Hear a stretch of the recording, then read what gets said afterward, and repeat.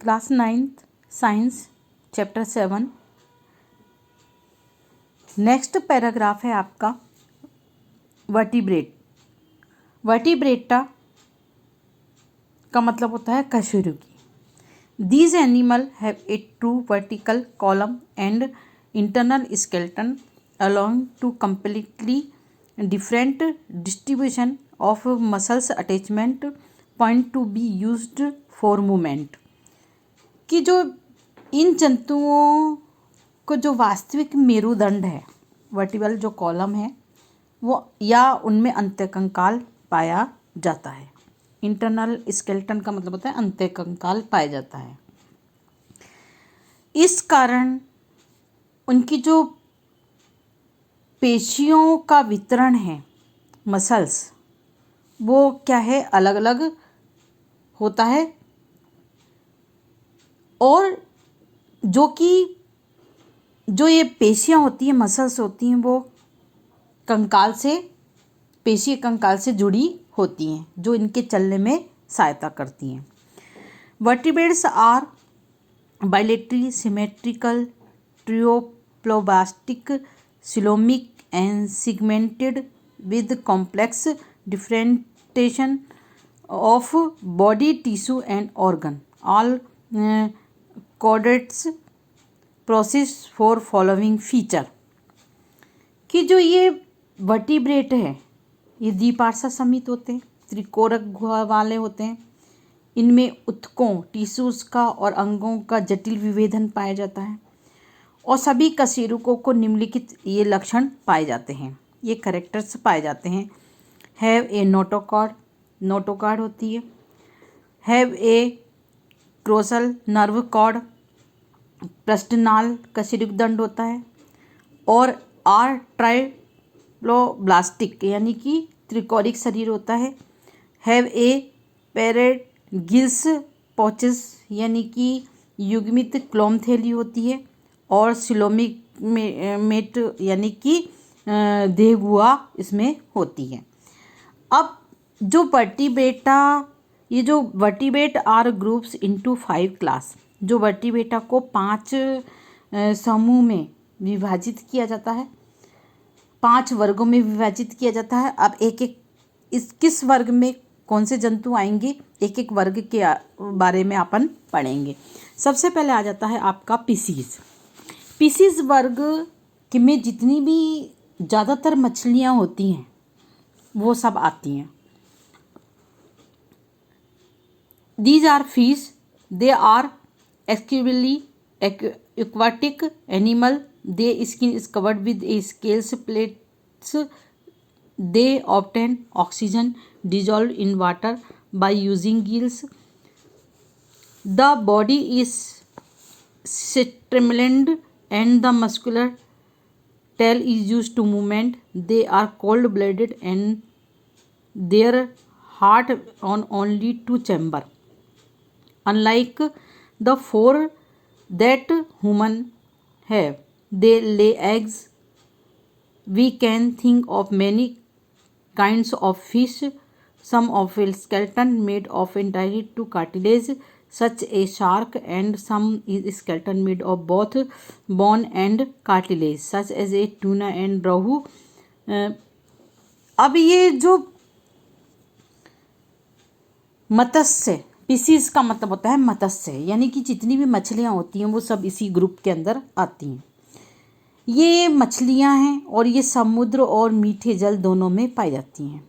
इनमें जो सल्क होते हैं तथा सल्क स्केल्स हैं वो पाए जाते हैं, जो कि प्लेटों से ढकी हुई होती हैं। और जो इनकी जो पूँछ होती है, टैल, इसकी सहायता से वो स्विम करती हैं, तैरती हैं। इनका शरीर जो होता है वह धारा रेखी होता है। श्वसन के लिए इनमें क्लोम पाए जाते हैं। और जल में जो विलय ऑक्सीजन होती है, डिजॉल्व जो ऑक्सीजन होती है, इसका उपयोग करती हैं। इनका जो हार्ट है वो 2 चैम्बर यानी कि द्विकक्षीय होता है। और ये एग्स देती हैं, अंडे देती हैं। और इन मछलियों में कंकाल उपस्थिति का बना होता है, कार्टिलेज का। जैसे कि शार्क है, अन्य प्रकार की मछलियों में कंकाल है वो अस्थि का यानी कि स्केलेटन का बना होता है, जैसे कि ट्यूना और रोहू। इस तरीके से ये जितनी भी फिश हैं, इस तरीके से ये सब आपके पीसीज वर्ग में आएगी। जैसे मैंने एंगलर फिश है, लॉइन फिश है, उसके बाद ये आपका ये आ जाएगा डॉग फिश है, स्टिंगरे है, इलेक्ट्रिक रे है, ये सब पीसीज वर्ग में आएंगे। उसके अलावा ये भी पीसीज वर्ग में आते हैं, जैसे रोहू है, सी हॉर्स है, समुद्री घोड़ा है, फ्लाइंग फिश है, उड़ने वाली जो मछली होती है वो। उसके बाद है क्लाइंबिंग पर्च, ये सब पीसीज वर्ग में आएंगे। उसके बाद आता है आपका एम्फीबिया। एम्फीबिया में जितने भी मेंढक टाइप के जो होते हैं जंतु वो आते हैं। तो एम्फीबिया यानी उनको जल स्थलचर कहते हैं, जल स्थलचर। These animal differ from the fish in back scale and having muscle gland in the skin and 3 chamber heart. The respiration is through either gills and lungs. They lay eggs. These animals are found both water and land. Frog, toads and salamanders are some example. ये कुछ जो PCs वर्ग के जो fish हैं उनसे थोड़े से डिफरेंट होते हैं, भिन्न होते हैं। इनमें सल्क नहीं पाए जाते हैं और इनमें क्या रहता है, त्वचा पर श्लेष्म ग्रंथियाँ पाई जाती हैं, यानी कि मस्कस ग्लैंड्स, श्लेष्म ग्रंथियाँ पाई जाती हैं। और जो हार्ट है वो 3 चैम्बर्ड होता है, 3 कक्षीय होता है। और बाह्य कंकाल यानी कि इनमें नहीं होता। इनमें जो वृक्क है वो पाए जाते हैं, लंग्स पाए जाते हैं, और श्वसन क्लोम अथवा फेफड़ों के द्वारा, लंग्स के द्वारा होता है। ये अंडे देने वाले जंतु हैं तथा ये क्या है, जल में भी पाए जाते हैं, वाटर में भी, और लैंड यानी ज़मीन पे भी ये पाए, स्थल में भी रह सकते हैं।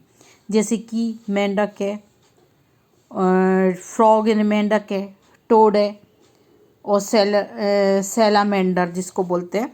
इस तरीके से ये हाइला है, सैलामेंडर, टोड और ये फ्रॉग, ये सब एम्फीबियन के मेंबर्स हैं, इस संघ के सदस्य हैं। उसके बाद आता है आपका reptilia.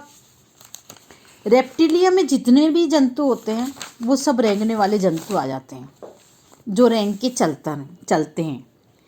These animal is cold blooded, have a skeleton to breathe through lungs, while most of them have a 3 chambered heart.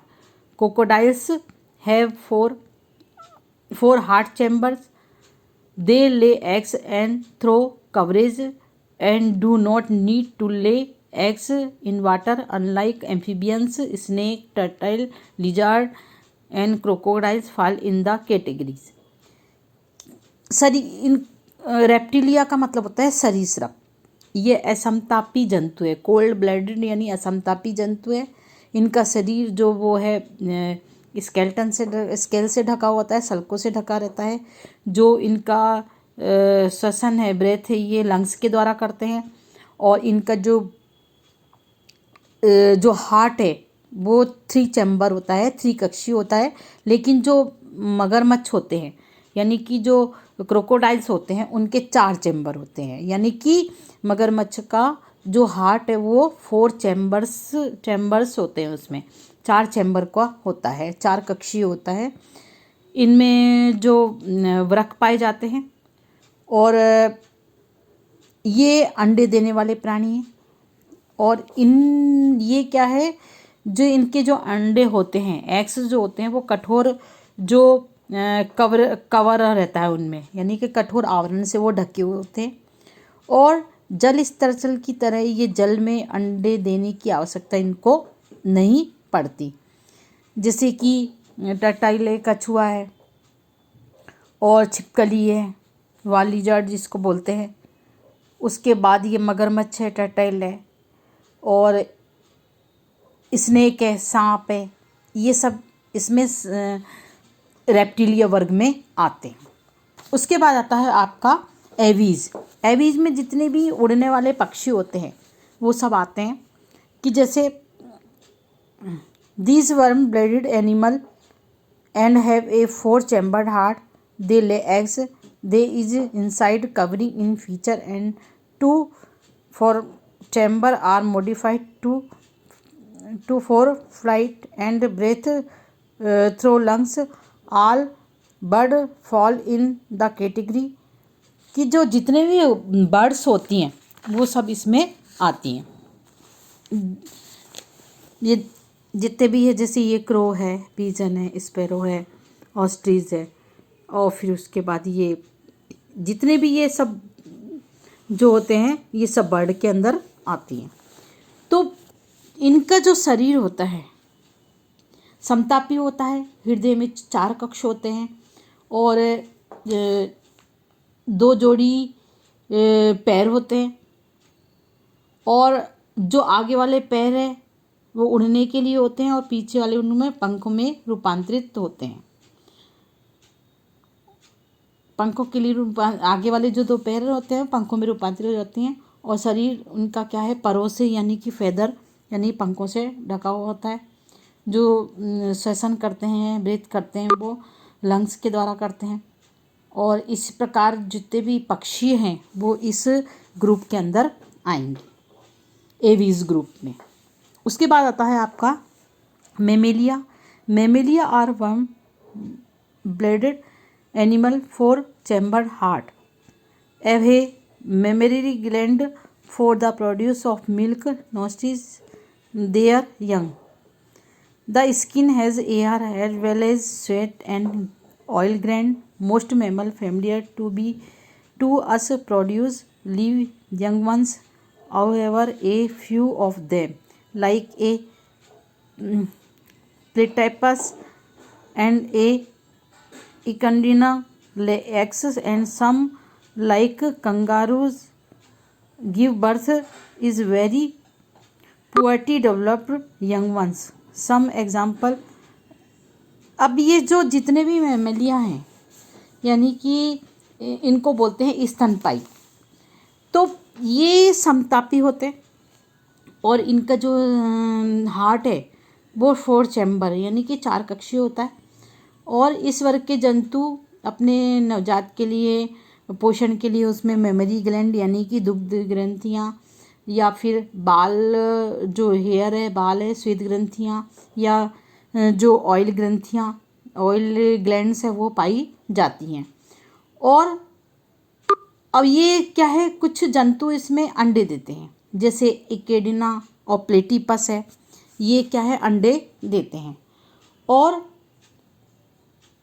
जैसे कंगारू है, कंगारू के स्तनपायी में आविष्कृत बच्चे में मार्सुपियम नामक एक थैली होती है जो जब तक लटके रहते हैं जब तक कि उनका पूर्ण विकास नहीं हो जाता।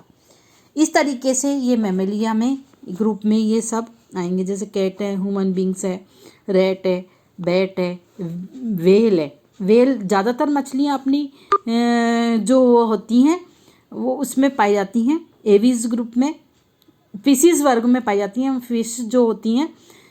तो लेकिन जो अपनी ये जो व्हेल है वो मैमेलिया ग्रुप में पाई जाती हैं, क्योंकि उनके अंदर जो दुग्ध ग्रंथियाँ हैं या फिर मेमरी ग्लैंड इसके अंदर पाई जाती हैं, इसलिए इसको मैमेलिया ग्रुप में रखा गया है। उसके बाद अब ये जो कैरोनस Linnaeus Corey was born in Sweden and doctor is the profession. He was interested in the study of plants at age by 22. Has published his first paper of plant while serving as the personal physician of a wealthy government official, and situated the diversity of plant in the employer's garden. Later to published to 14 papers. Animal also brought out to the famous Systema Natura from which is a fundamental taxonomical research have a taken of his system of classification was a simple scheme of a arranging plant as to be able to identify them again. कि जो कैनोनस Linnaeus है ये कॉलबॉर्न लियो का जो जन्म है Sweden में हुआ था और ये पेशे से क्या है डॉक्टर थे और पौधों के अध्ययन में उनको क्या है काफ़ी रुचि थी और 22 वर्ष की आयु में उन्होंने पौधे का उनका पहला शोध पत्र प्रकाशित हुआ। धनी अधिकारी के यहाँ ये नौकरी करते थे और बगीचों में पौधों की विविधता का उन्होंने बहुत अध्ययन किया। सिस्टेना नेचुरी नामक पुस्तक लिखी जो आगे चलकर वर्गीकरण प्रणालियों का आधार बनी। उनके 14 शोध पत्र जो है वो प्रकाशित हुए और वर्गीकरण की प्रणाली में पौधों का सरल क्रम से इस प्रकार व्यवस्थित किया ताकि उन्हें पहचान सकें। अभी तक अपन ने प्लांट के जो क्लासिफिकेशन है उसके बारे में पढ़ा। अब उसके बाद अपन पढ़ेंगे ये जो एनिमल्स है उसको किस तरीके से जंतुओं का जो वर्गीकरण है वो कैसे करते हैं। तो सबसे पहले है cellular level of organism Porifera, फिर उसके बाद देयर लेवल ऑफ ऑर्गेनाइजेशन, उसके बाद है cavity between two epidermis in gastrodermis coelenterata of platyhelminthes, उसके बाद सीडोसिलम निमेटोडा में और क्लोमेट यानी कि उसको भी 2 भागों में डिवाइड किया हुआ है।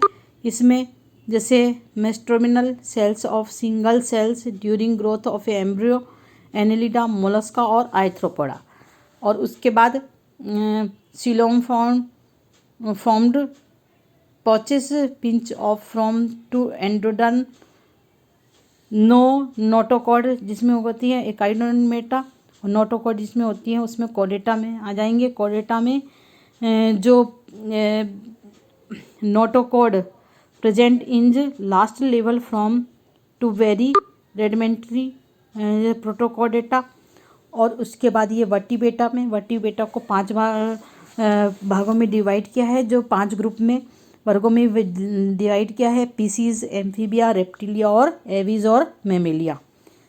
पीसीज वर्ग में जो अभी बताया था जितनी भी जो फिश वगैरह होती हैं वो इसमें पाई जाती हैं, गिल्स से सांस लेते हैं। एम्फीबिया में जितने भी जो फ्रॉग वगैरह टाइप के होते हैं वो गिल्स और लंग्स के द्वारा ये सांस लेते हैं, और रेप्टिलिया में जितने भी रेंगने वाले जंतु होते हैं वो होते हैं और अंडे देते हैं।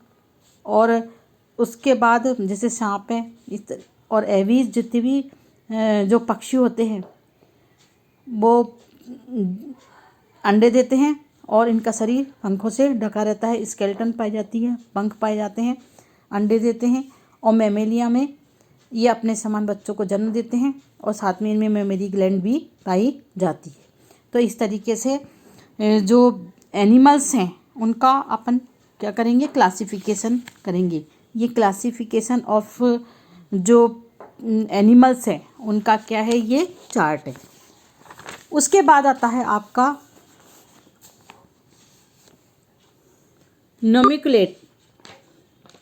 नोमेनक्लेचर यानी कि नाम पद्धति, कि जो अभी पौधों का जीवों के वर्गीकृत नाम की आवश्यकता होती है।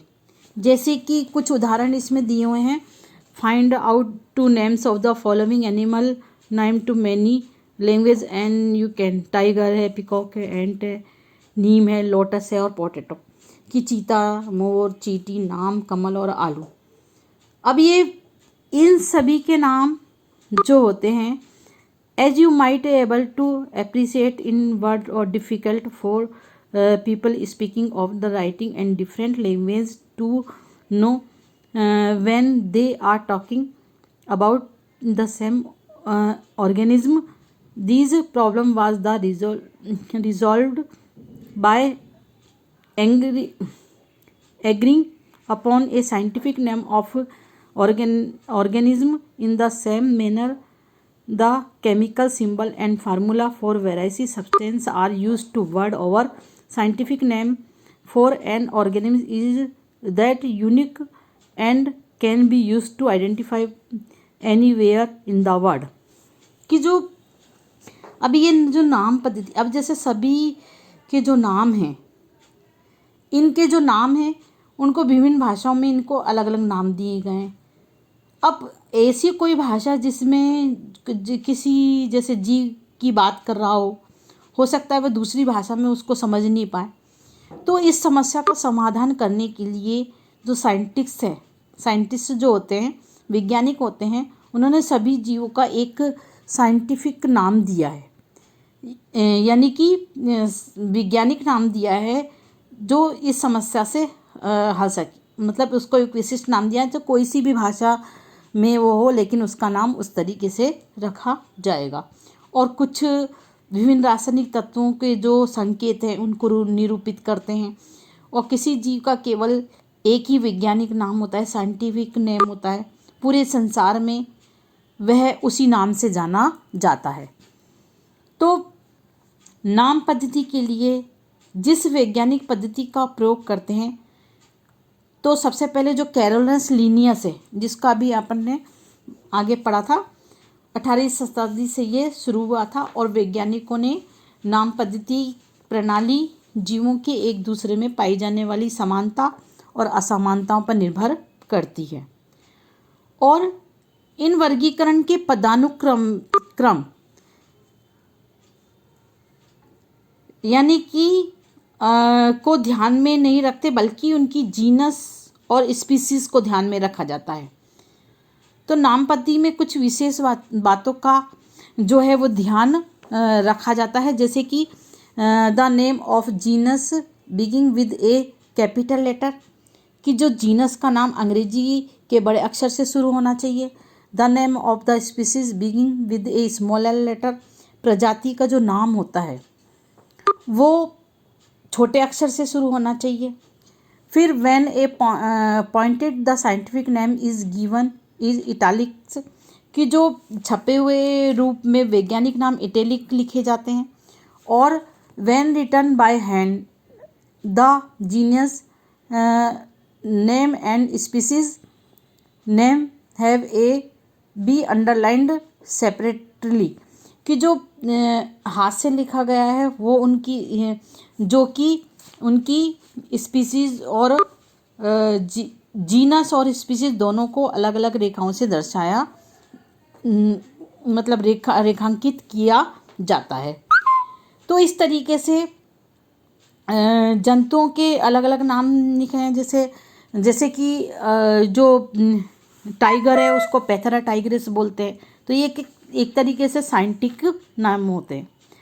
और जो पीकॉक होता है उसको पावर क्रिस्टेसिस कहते हैं, जो कि एक साइंटिफिक नेम होता है। तो इस तरीके से इनकी जो नाम पद्धति है या फिर उनका एक सभी जितने भी जंतु हैं या जितने भी पेड़ पौधे हैं उनका एक वैज्ञानिक नाम दिया जाता है, ताकि उसको आसानी से पहचाना जा सके पूरे वर्ल्ड में। तो इस चैप्टर अपना ये चैप्टर कंप्लीट हो गया है। इस चैप्टर के अंदर अपन ने अभी तक पढ़ा था कि जो classification help to exploring to diversity of life once, कि जो वर्गीकरण है जीवों की विविधता को स्पष्ट करने में सहायक होते हैं। और the major characteristics considered to for classify all organism into 5 major kingdom are, कि जीवों को 5 जगत में वर्गीकृत करने के लिए उनकी कुछ विशेषताओं को ध्यान में रखा जाता है। सबसे पहले whether they are made of prokaryotic and eukaryotic, उनकी कोशिकीय संरचना प्रोकैरियोटिक यूकैरियोटिक के आधार पर। Whether the cell of living singly of organized into mouth cell and thus complex organism, यानी कि उनके एक कोशीय है या बहुकोशीय है, या बहुकोषीय जीवों की जो संरचना होती है वो इसमें जटिल होती है। Whether the cell have cell wall and whether they is prepare their own food, और कोशिका भित्ति की उपस्थिति या उनमें भोजन बनाने की जो स्वपोषण की जो क्षमता है, इसके आधार पर उनका वर्गीकरण किया जाता है। All living organism are divide to above basis into 5 kingdom, namely monera, protista, fungi, plantae and animalia. उपयुक्त के आधार पर इनको आधार मान के जीवों को जो 5 वर्गों में 5 ग्रुप में डिवाइड किया गया है, मोनेरा, प्रोटिस्टा, कफक, फंजाई, प्लांटी और एनिमेलिया। और जीवों का वर्गीकरण उनके जो विकास है उससे संबंधित होता है। Plantae and animal are further divide to subdivisions on the basis of increasing complexity of body organisation. कि जो प्लांटी और एनिमेलिया को उनके क्रमिक शारीरिक जटिलता के आधार पर उनको क्या करा जाता है, वर्गीकृत किया जाता है। Plant are divide into 5 group, thallophyta, bryophyta, pteridophyta, gymnosperm और एंजियोस्पर्म। और प्लांट को पौधों को 5 वर्गों में बांटा जाता है, शैवाल, ब्रायोफाइटा, टेरिटोफाइटा, जिम्नोस्पर्म और एंजियोस्पर्म। तो animal are divide into 10 group, porifera, coelenterata, platyhelminthes, nematoda, annelida, arthropoda, mollusca, echinodermata और प्रोटोकॉडेटा एंड वर्टिब्रेटा। कि जो एनिमल्स हैं, जंतुओं को के 10 फाइलम में उनको बांटा गया है, ग्रुप में डिवाइड किया गया है। Porifera, coelenterata, platyhelminthes, nematoda, annelida, arthropoda, mollusca, echinodermata, protochordata और chordata. The binomial nomenclature is made of 2 words in genetic name and a specific name। कि जो द्विपद नाम पद्धति में जीवों की सही पहचान में क्या करती है, सहायता करती है। तो जो द्विपद जो नाम जो पद्धति होती है, बायोलॉजिकल नोमेनक्लेचर जो होते हैं, उनका पहला नाम द्विपद नाम पद्धति में पहला नाम जीनस का और दूसरा स्पीसीज का होता है। तो इस चैप्टर के अंदर ये चैप्टर कंप्लीट हो गया है। इस चैप्टर के अंदर अपन ने प्लांट के एनिमल का जो क्लासिफिकेशन है उसके बारे में पढ़ा। इस चैप्टर में कुछ भी प्रॉब्लम हो तो मुझसे पूछ सकते हैं। ओके।